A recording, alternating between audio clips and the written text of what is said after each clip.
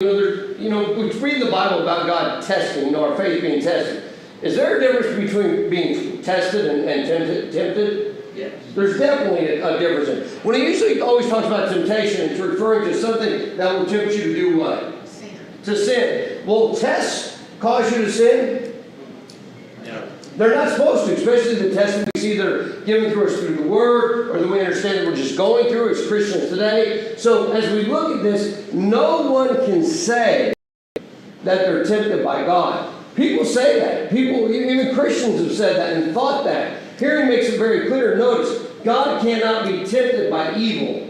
So we see here temptation always leads to sin if you fall into it. It'll lead in that direction. And it says God can't be tempted by it, nor does he himself tempt anyone. That is anyone at all. And it's so important to understand that. Okay, go ahead. Peter said in 1 Peter 4:12, Beloved, think it not strange concerning the fiery trial which is to try or prove you, as though some strange thing has happened unto you, but rejoice as though you are partakers of Christ's sufferings. Jesus suffered trials. Right. And that is the kind of the same thing if we go through this life. We face things many times on a material level, which sometimes we can figure there's always a way out of it. And the same thing is true of spiritual trials. We face those a lot too. Oh, yeah. We may not recognize it, but we do. Right, exactly right. And that's why it's so important to understand what tempting is. It's so important to understand, to get to the point that we realize when we're about to be tempted. Because that can happen too. We know we have sins we've dealt with, and we know what leads us in that direction, and just being led in that direction itself is a temptation. And we want to walk away from it and go through that. We got it. We're back online. Good deal. All right. So as we look to that and realize that, so let no one say they're tempted by God. And, what it means by that is to blame God for our sins, to blame God for our temptation moving into sin. For God is so holy. Remember, he cannot be tempted by evil, it tells us there, and nor does he tempt anyone to do evil, which is a great thing. So in other words, this part comes up here. Don't be deceived into such thinking. James makes it clear to these Christians. Remember, they were in the first century Christians. They were, Christianity was brand new. They hadn't been doing this long. And it's kind of like a new Christian. They go, why am I being tempted already? Is God allowing this? God does not do that. Now, God allows us to live our lives the way we want. He allows us to have free will, free choice. But God wants us and even expects us to live by his will.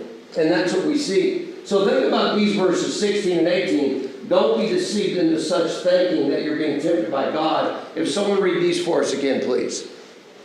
Do not be deceived, with whom there is no variance or shadow of turning.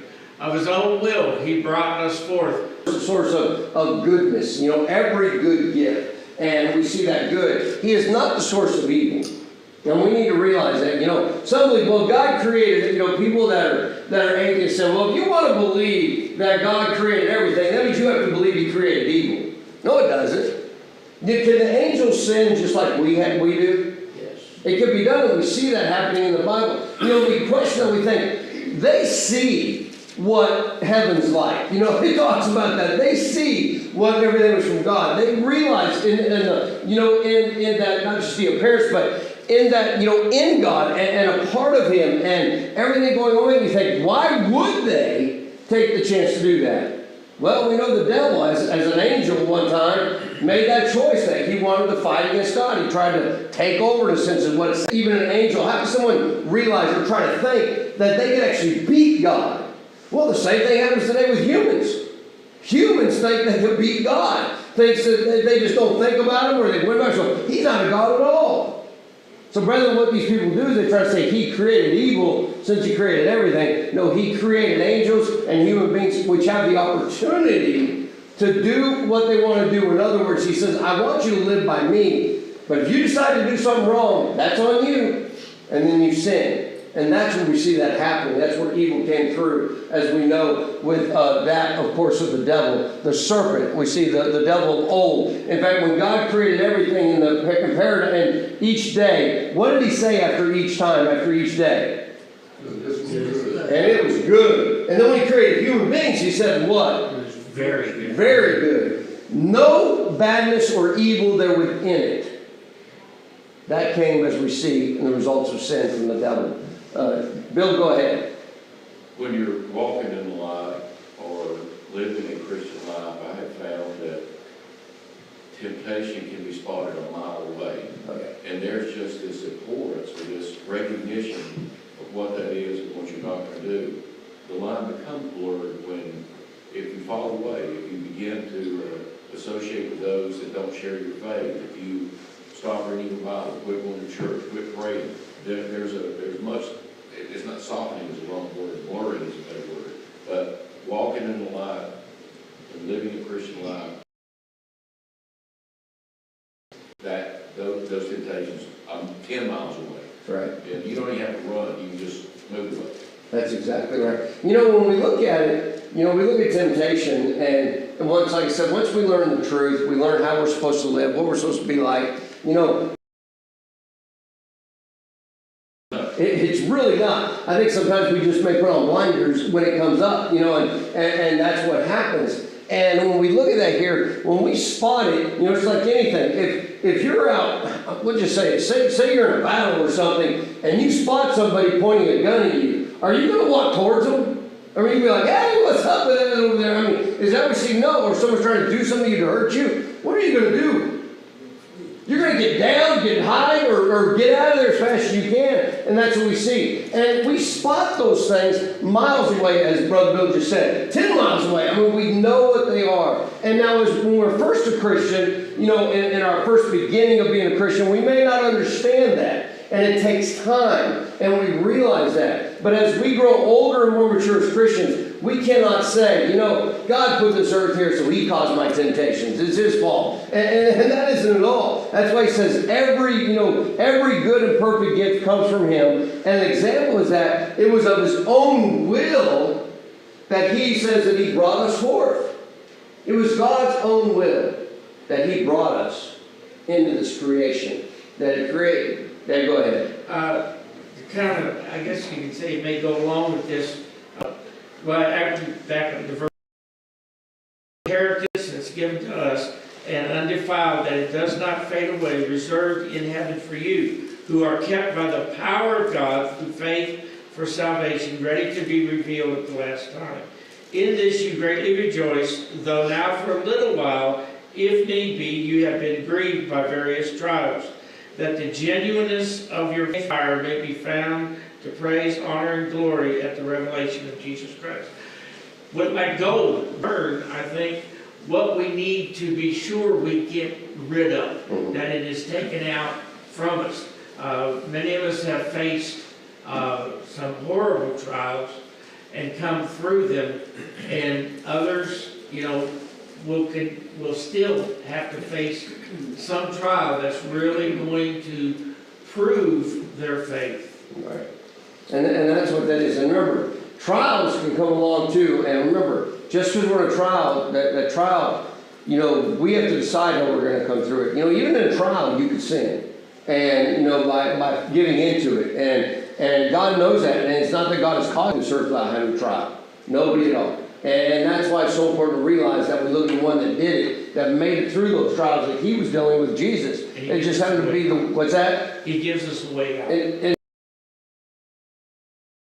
handled it, you know, and as he went through it, we could do the same. Which is by to say the word of truth, you know, what we see here, that he's brought us forth. Go and read that for us, please. 1 Peter 22 and 23.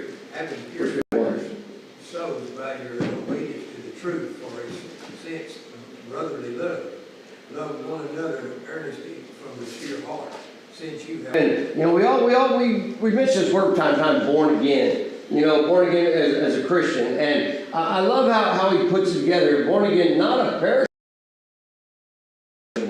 Brethren, how important it is. You think about when some Christians, or you know, when it comes through, you know, when you think about the first fruit, you think about the top of the, you know, the best of the best. You think we may call sometimes, you know, and we find that of, you know, of his creatures. That's who we are. You know, there's nothing else on this earth, no animal whatsoever, you know, insect, creature, whatever it may be, that is.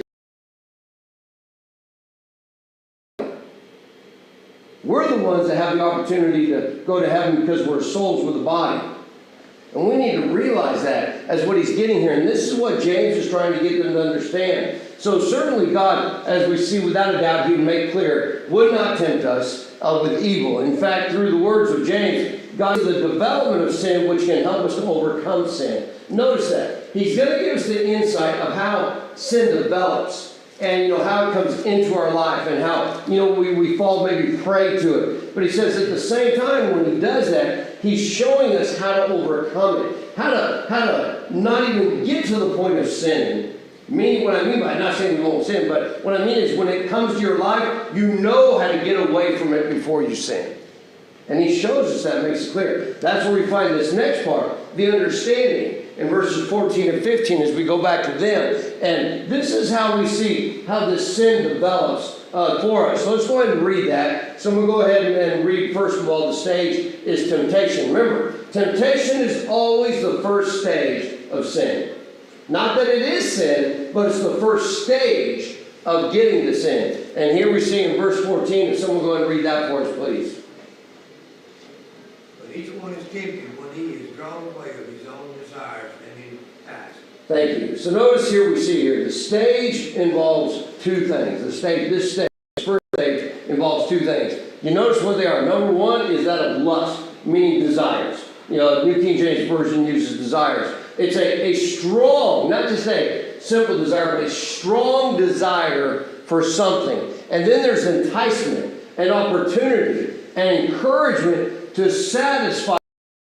So notice here, we can, you know, the desire is always going to be there with everything in the world that is tempting us. But notice there's an enticement. In other words, there has to be made an opportunity to fall into that temptation.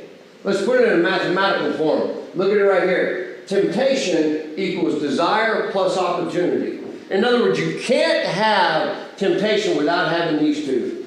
These two have got to be a part of it. Now, think about how great that is. We go, wait a minute, this is the first stage of sin. All I have to do is remove one of these out of my life, and I could more likely avoid temptation. Yes, you're on the right path, moving there. Because desire, you know, and you know, they wanted them. There's the desire. Now, let me ask you this. Is it a sin to want cookies? How many here like cookies? Oh yeah, I'm ready to put my hands. I mean, you know, we see that. Yeah. If I know, you know, this time of year, you know, there's cookies being baked everywhere. You know, and I walk in the house and I smell those cookies Melissa's baking. Never fails. If she's, you know, not in the kitchen, I'm like, where's the dough? You know, and I'm going to give you a little bit of that dough, you know, and try it. And then she's like, already get out of that dough before she even sees me. And you know, and when you see those things and you think about that, so that's a desire. You know, yeah, I want cookies. It's not a sin. It's not a sin to want cookies. But notice this. Somebody wants these cookies, and they're not going to pay for the one. They're actually going to have to take them, steal them, which would, of course, be a sin. So he has a good chance to get them and not to eat the dough, even though Melissa may have told me before, don't eat that dough. You know, as we see that and realize that. But I have the opportunity. She's around the corner. She's not going to see me, and she knows. And the dough's in the kitchen. I mean, see, but you see what that is. I hope we understand. There's a desire, and then there's an opportunity. But notice, the opportunity has to be made. It's not like the opportunity just automatically comes up. The opportunity is looking around to make sure no one else is watching when you're about to take that thing. That's just one example of many different things. But remember, as we see, it's not a sin yet to be tempted. We can walk away from that. Even with the opportunity that's there, we can remove that opportunity. It's okay to desire the cookies, but remove the opportunity of stealing what would be there. This is why we have Hebrews chapter 4, verse 15, to see about Jesus. Jesus, you know, there were many things that Jesus desired. He desired for people to come to him. He desired for people to go to his Father. He desired for people not to sin. There were many things that he desired in his life. He desired to be with the, you know, have fellowship with his disciples and the apostles and all those things. But in no way was it an opportunity. You know, sure, opportunities were made. In fact, the devil, we know, made opportunities for Jesus to try to sin. Well, we know he didn't. In fact, this verse tells us that. So we'll go ahead and read it, please. For we do not have a high priest who cannot sympathize with our weaknesses, but was in all.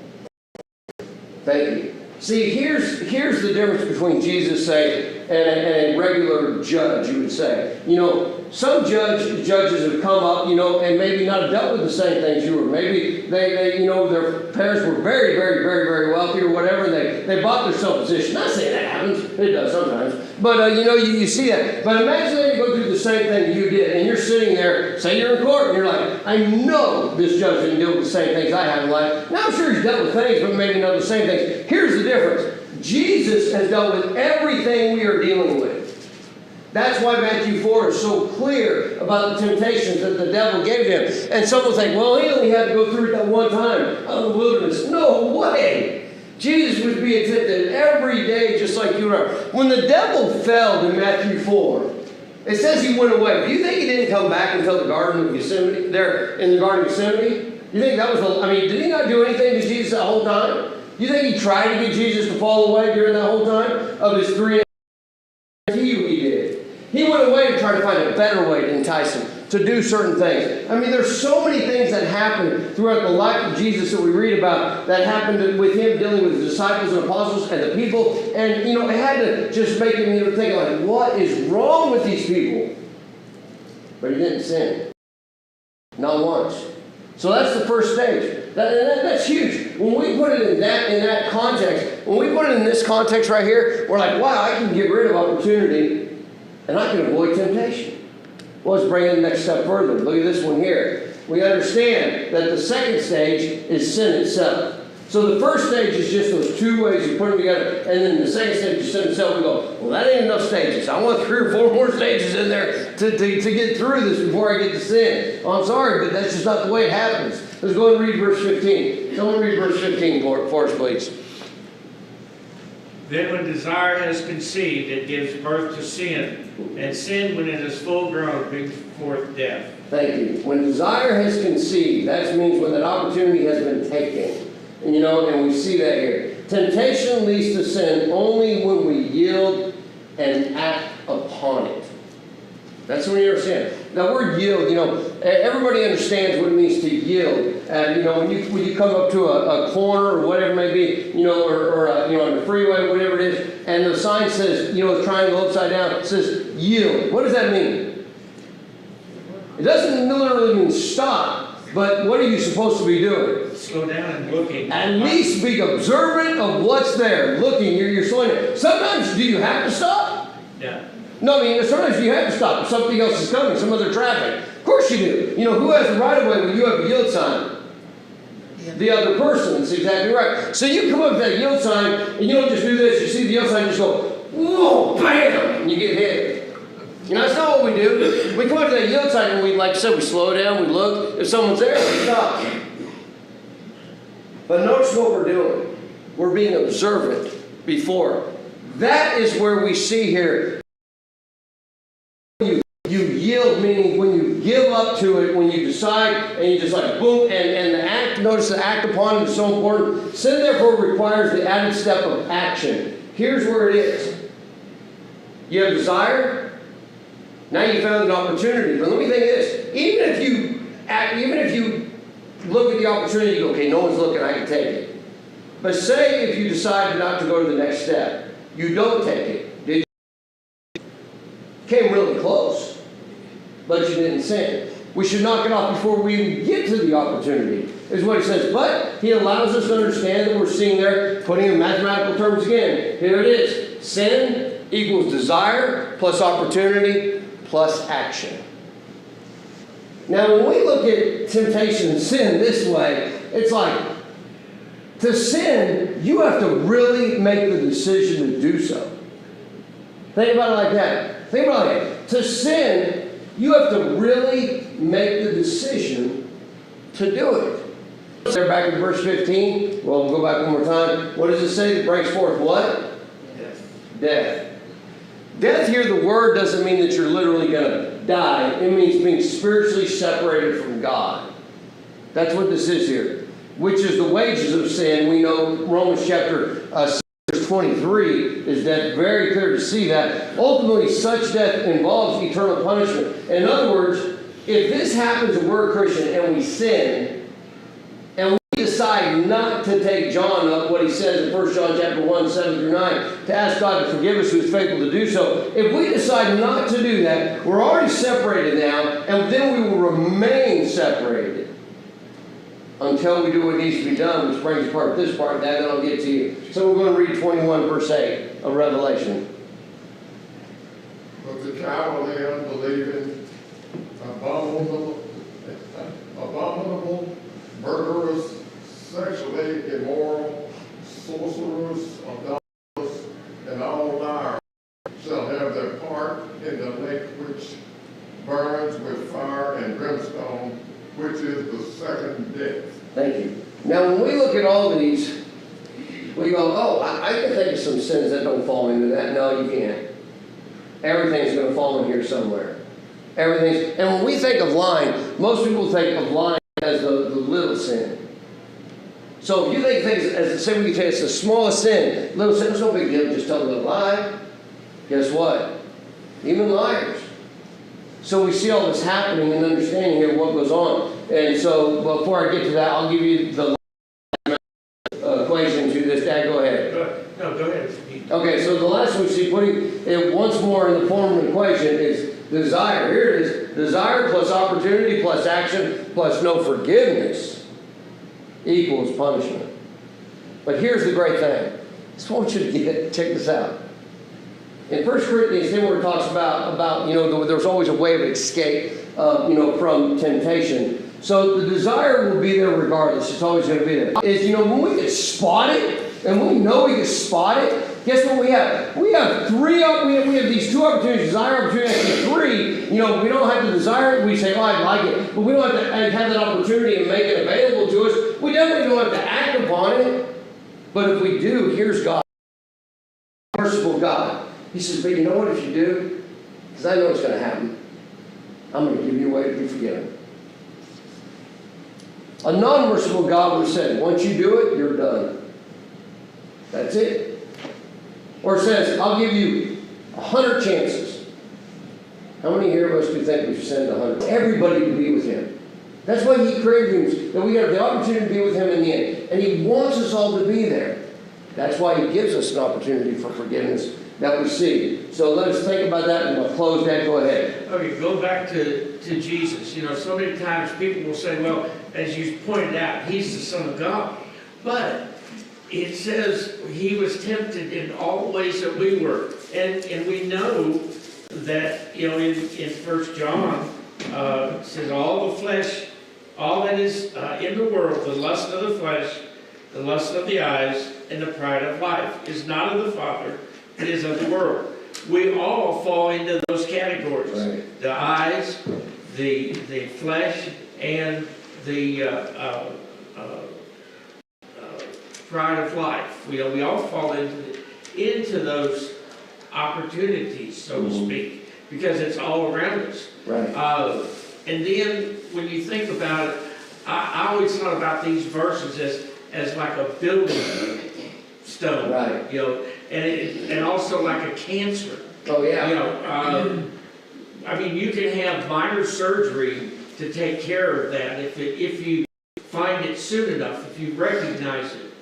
It gets to a point where nothing can be done. That's the same thing here. Mm-hmm. Sometimes that desire opportunity takes place, or even the action. But if you can remove those things, then you've eradicated that sin, and you can move forward knowing that you've done that. That's exactly right. Imagine this. God says, He's given us way before we even have to get to the point of asking forgiveness. How great is that? He gives us a way to get to stay away from sin before we even have to get to that point of asking forgiveness because we did sin. That's that way of escape. Yep. And get behind me. That's exactly. And that's what we see. And I'll admit it, it's hard. We all would say that, but we can do it. There's as we go through this life. If we're sinning the same way we did, and we're a Christian, we've been a Christian 20 years, same way we did 5 years ago, 10 years ago, 15 years ago, whatever it may be, We need to stop and check ourselves really close and ask, what am I doing? And that's what we're seeing, that's what James is. We can't do it trying to on our own. mind, we can't do it on our own. It has to be, and just like Jesus, the scriptures say, and we have to rely on the scriptures. That's exactly right, relying on Not on scripture is so ourselves. important.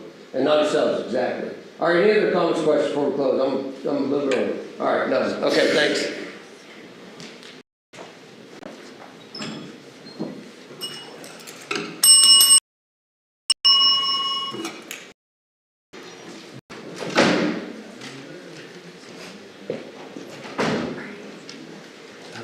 I can't hear it. You got